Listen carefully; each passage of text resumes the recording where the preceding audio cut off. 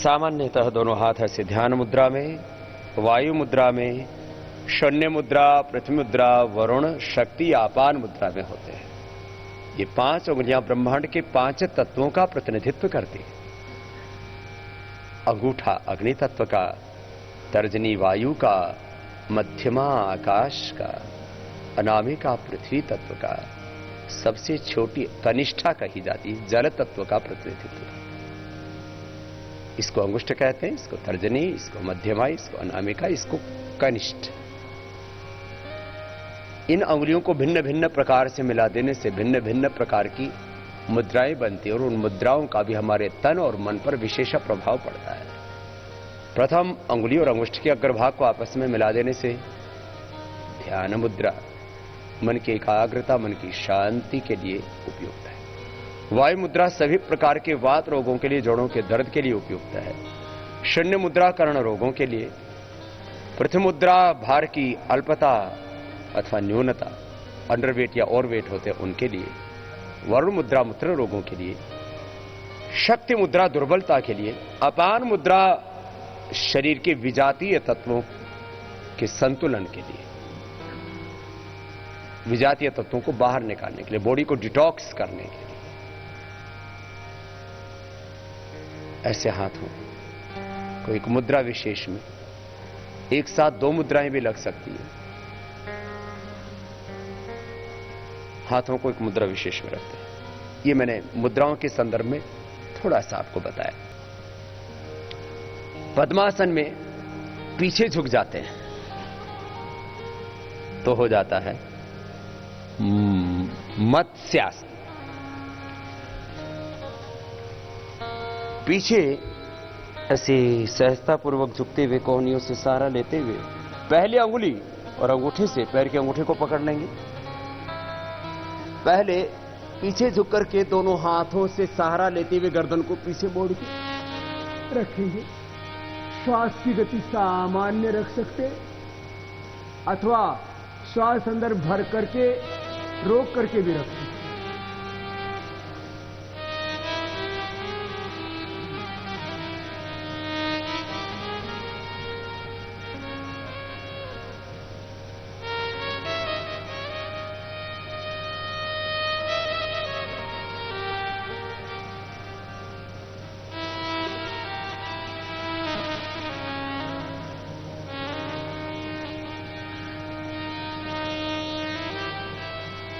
पुनः हाथों को ऊपर उठाएंगे,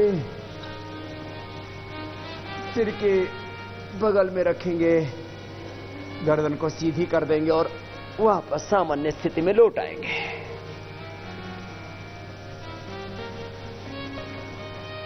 इसको बोला जाता है पद्मासन समूह के आसन। पद्मासन में बैठ करके कुछ विशेष आसन, वज्रासन समूह के आसन, दंडासन समूह के आसन, ऐसे एक समूह है इनका। जब शरीर की फ्लेक्सिबिलिटी बहुत अधिक होती है तो ऐसे पीछे से हाथ लेकर के और ऐसे पकड़ लिया जाता है अंगूठे को।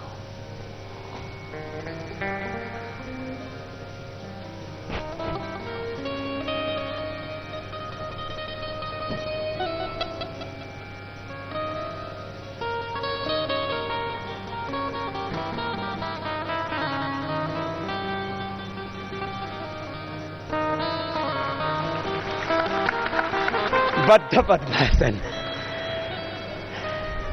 थोड़ा जोर पड़ा होगा आपको भी, है ना? बोले बाबा जी जोर तो तब पड़े जब करें। बहुत देर में हंसी आई।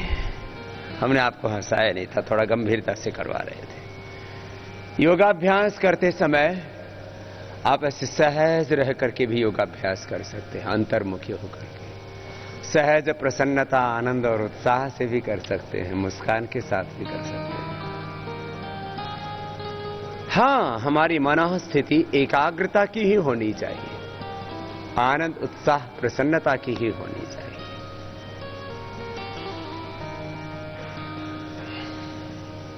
अब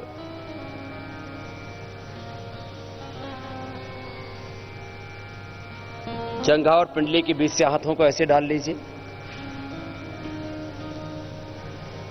उत्थित पद्मासन।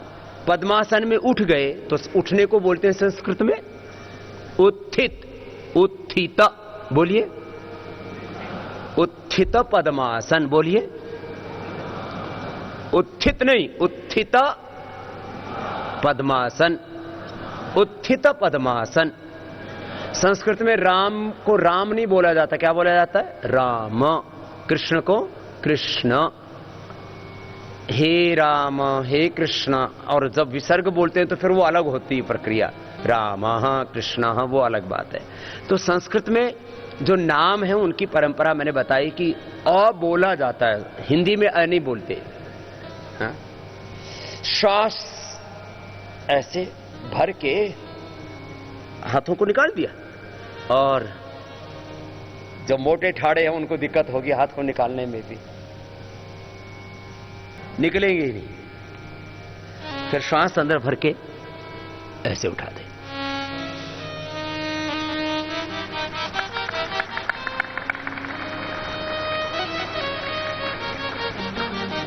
उठ गए?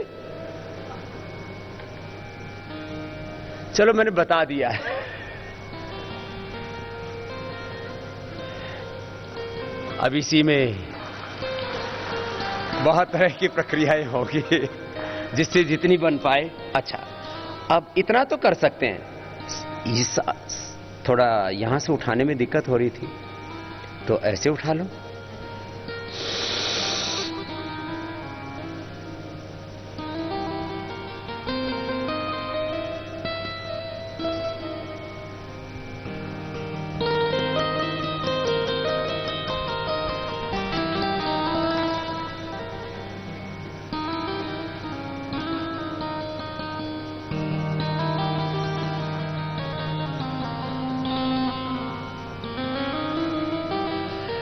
ऐसे 2 मिनट तक उठा के रोक के रखना, तो इतनी ऊर्जा आ जाएगी, आपकी सारी सर्दी भाग जाएगी और जठराग्नि इतनी जाग जाएगी कि जिनको भूख नहीं लगती है वो पड़ोसी का भी खा जाएंगे। सामान्य रूप से कुछ आसनों का संकेत किया, अभी बहुत से आसन शेष है। पैर सामने खोल लीजिए। दंडासन समूह के थोड़े से आसन करवा देते हैं। एक आसन तो आपको करवाया है थोड़ी देर पहले, पश्चिमोत्तानासन। श्वास को बाहर छोड़ के आगे झुक गए, पहले अंगुली से अंगूठी से पैर के अंगूठे को पकड़ लिया, श्वास बाहर छोड़ के कोहनियां जमीन पर, माथा घुटनों से लगा दिया।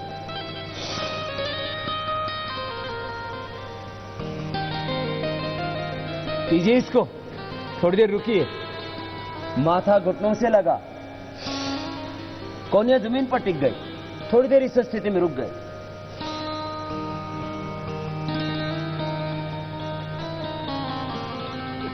फिर वापस दोनों हाथ ऊपर से लेते हुए, पार्श्व भागों से लेते हुए नीचे ले आते हैं।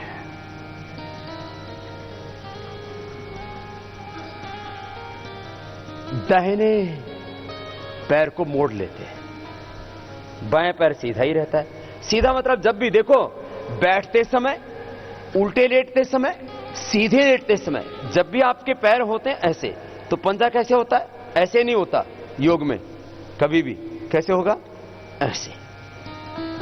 चाहे आप बैठ करके, अब जैसे अभी दंडासन कर रहे हैं या वक्रासन करेंगे, अभी अर्ध मत्स्येंद्रासन करेंगे, तो आप पैर ऐसे रहेंगे, ऐसे, ये स्थिति होती है। चाहे आप जैसे सीधे लेट करके उत्तान पादासन करते हैं तो भी ऐसे ही पैरों की स्थिति ऐसी ही रहेगी। चाहे पवन मुक्तासन करते हैं तो भी ऐसे ही पैरों की स्थिति ऐसी ही रहेगी। उल्टे लेट करके भी कोई भी आसन करेंगे तो पैर ऐसे ही रहेंगे, पंजे। इस ध्यान देने योग्य बात है। दाहिने पैर को मोड़ लेंगे, दाहिने पैर को मोड़ेंगे, घुटना सीधा रहेगा ऐसे। बाएं पैर सीधा, पंजा आगे की ओर तना हुआ उसका। अब बाएं हाथ से दाहिने पैर को क्रॉस करते हुए बाएं पैर के घुटने के पास से ऐसे पकड़ लेंगे पैर को। दाहिना हाथ पीछे से ऐसे घुमाएंगे, दाएं हाथ पीछे जमीन पर टिका हुआ और ऐसे घूम जाएंगे। घूम करके पीछे की ओर देखेंगे। जितना अधिकतम घूम सकते घूमे, थोड़ी देर रुके, श्वास को बाहर छोड़कर अथवा श्वास की गति सामान्य रखते हुए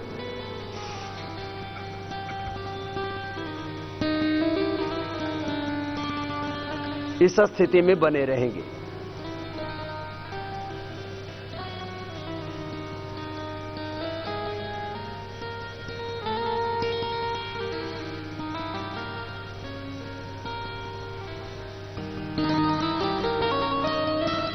पुनः सामान्य स्थिति में लौट आएंगे।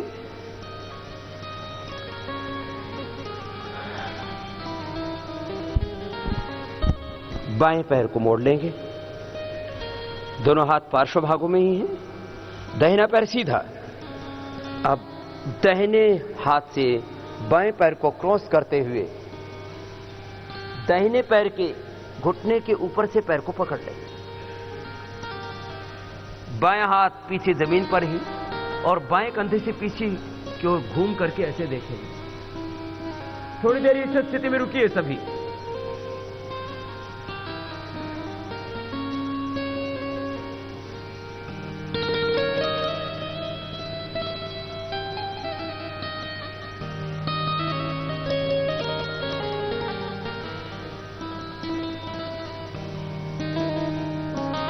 छोड़ दीजिए। वापस सामान्य स्थिति में लौट आएंगे। ये आसनों की विधि के ऊपर मैं आज ज्यादा ध्यान आपका इसलिए आकर्षित कर रहा हूं कि ऐसे आपको योगाभ्यास करना है। तन की स्थिति, हाथ पैर पेट पीठ की स्थिति, आंखों की स्थिति पहले तो आंखें खोल करके ही करेंगे, नहीं तो समझ में कैसा आएगा। बाद में आंखें बंद करके भी योगासन किए जा सकते हैं। और मन की स्थिति सामान्य सहजता के साथ करें। कुछ लोग बनावटी हंसी भी हंसते हैं एयर होस्टेस की तरह से। जब देखो ऐसे, अब एक सहज प्रसन्नता अलग प्रश्न होता है और बनावटी हंसी अलग होती है। तो योग में कृत्रिमता नहीं होनी चाहिए। आर्टिफिशियल हंसी मुस्कान ये भी नहीं होनी चाहिए। सहजता से कभी कोई प्रसन्नता का मौका है तो हंस भी लेते हैं, इसमें क्या, हास्य योग भी है। बाएं पैर को मोड़ लिया। अर्धमत्स्येंद्रासन, बोलिए। अर्धमत्स्येंद्रासन का अभ्यास करेंगे। कोई भी आसन कराते हैं तो सबसे पहले क्या बोलते हैं, अब अर्धमत्स्येंद्रासन का अभ्यास करेंगे। Now if you are doing ardhamatsyendrasana. बाएं पैर को मोड़ लिया और बाएं पैर की एड़ी एनस के पास लगा देते हैं। दाहिने पैर को उठा करके क्रॉस करके बाएं पैर के बाहर रख दिया। पंजा सामने की ओर ऐसे। पंजा घुटने के पास जमीन पर टिका हुआ, ऐसे बोलना आना चाहिए आपको। फिर बाएं हाथ से दाहिने पैर को क्रॉस करते हुए, अथवा ऐसे बोल सकते हैं, बाएं हाथ को छाती और पैर के बीच से डालते हुए या अंग्रेजी में क्रॉस करते हुए ऐसे बोला। बाएं हाथ से दाहिने पैर के पंजे को पकड़ लेंगे।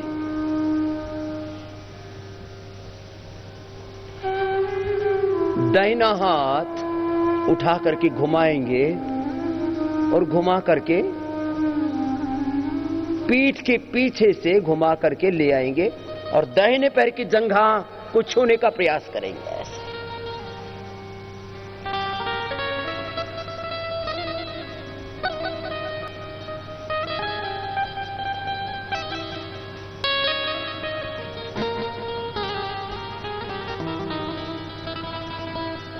छोड़ देंगे। प्रयास तो करने में क्या दिक्कत है। पैर सीधा। अब पहले बाएं पैर को मोड़ा था, दाहिनी ओर से घूमे थे। अब दाहिने पैर को मोड़ लेंगे,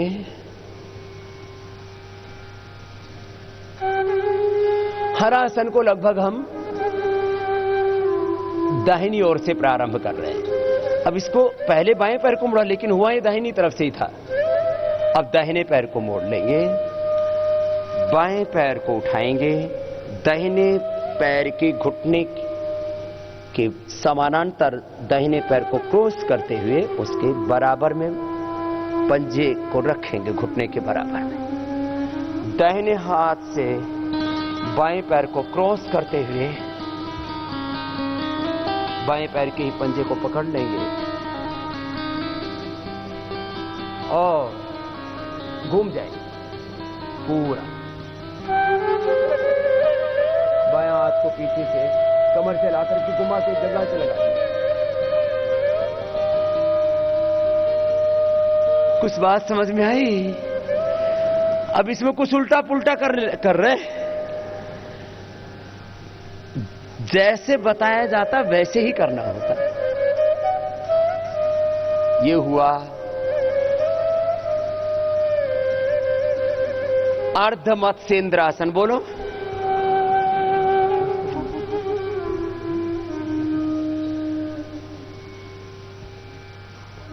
क्या है आसन का नाम? बोलिए। अर्ध मत्स्येंद्रासन। अब दोनों पैरों को सामने खोल लीजिए। दंडासन। क्या नाम है इस आसन का? अब करेंगे आकर्ण धनुष टंकार आसन।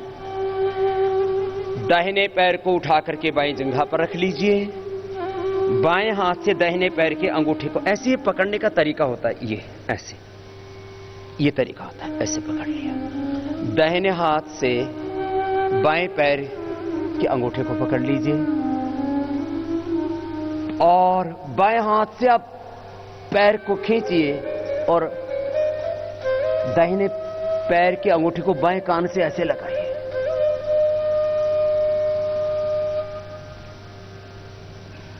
लग गया?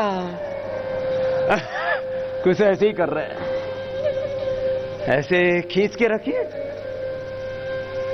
छोड़ दीजिए, वापस सामान्य स्थिति में लौट आइए। अब पैर सीधे, बाएं पैर के पंजे को दाहिने जंघा पर रखिए और दाहिने हाथ की पहली अंगुली और अंगूठी से पैर के अंगूठे को पकड़ लीजिए। बाएं हाथ से दाहिने पैर के अंगूठे और अंगुली को पकड़ लीजिए और पैर को खींचिए और कान से लगाइए, सामने देखिए।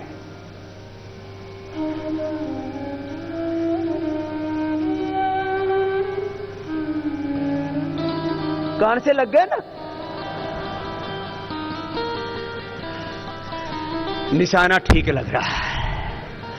आकर्ण धनुष टंकार आसन। क्या है बोलिए? आज थोड़े थोड़े करवा रहे हैं, कठिन नहीं करवा रहे। अब ऐसे बैठ जाइए। इसको उकड़ू बैठना बोलते हैं गांव में, इसको बोलते हैं उत्कट आसन। क्या बोलते हैं? अब बाएं पंजे को खड़ा कीजिए। दाहिनी तरफ से प्रारंभ कर लेते हैं। दाहिने पंजे को खड़ा कीजिए, उसके ऊपर बैठ जाइए। एड़ी को एनस के साथ लगा दीजिए। बाएं पैर को उठा करके दोनों हाथों को बगल से में रखेंगे, उससे सहारा लेते हुए, संतुलन बनाते हुए, दोनों हाथों से शरीर का संतुलन बनाते हुए बाएं पैर को उठाया। ऐसे भी रख सकते हैं और किसी को उठा करके ऐसे रखना हो तो ऐसे भी रख सकते हैं। ऐसे रखिए। अब दाहिने पैर के पंजे पर शरीर के भार को संतुलित करेंगे और दोनों हाथों को प्रणाम की मुद्रा में ले आएंगे।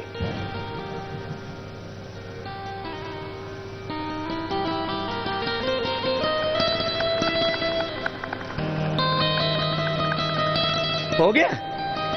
अब ऐसे ही बाएं पैर तरफ से भी करेंगे।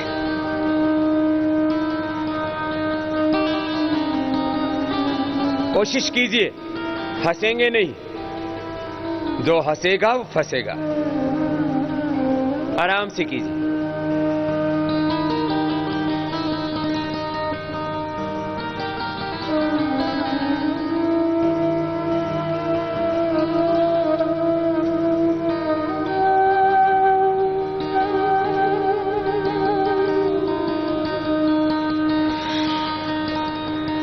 पैर सामान्य। ये हुआ पादांगुष्ठासन। क्या है बोलो? पैर के अंगूठे के ऊपर पूरे शरीर के भार को संतुलित किया एक तरह से। पैरों को मोड़ लेंगे वज्रासन की स्थिति में। एड़ियां बाहर, पंजे अंदर। और अब पंजों को पूरा खोल दिया। यह हो गया ब्रह्मचर्य आसन। क्या है ये बोलिए? धातु रोगों के लिए बहुत अच्छा है। ऐसे बैठ गए। अब इसमें पूर्ण ब्रह्मचर्य आसन थोड़ा कठिन होता है। उसमें पंजे को ऐसे बाहर की ओर, एड़ी को पूरा अंदर की ओर ऐसे ऐसे खोल दो।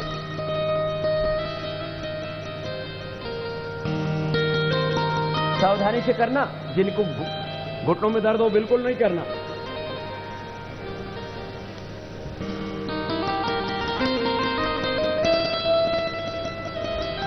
ये बड़ा कठिन है। ये घुटनों की एक्सरसाइज हो जाती है इसमें पूरी। जब पहले ऐसे एक एक पैर से करके देखें तो पता लगेगा। ऐसे फिर दूसरे पैर से करके देख लीजिए। एक साथ दोनों से करने से कई बार घुटने क्रैक हो सकते हैं। तो इसलिए ये आपको बैठ करके कुछ आसनों का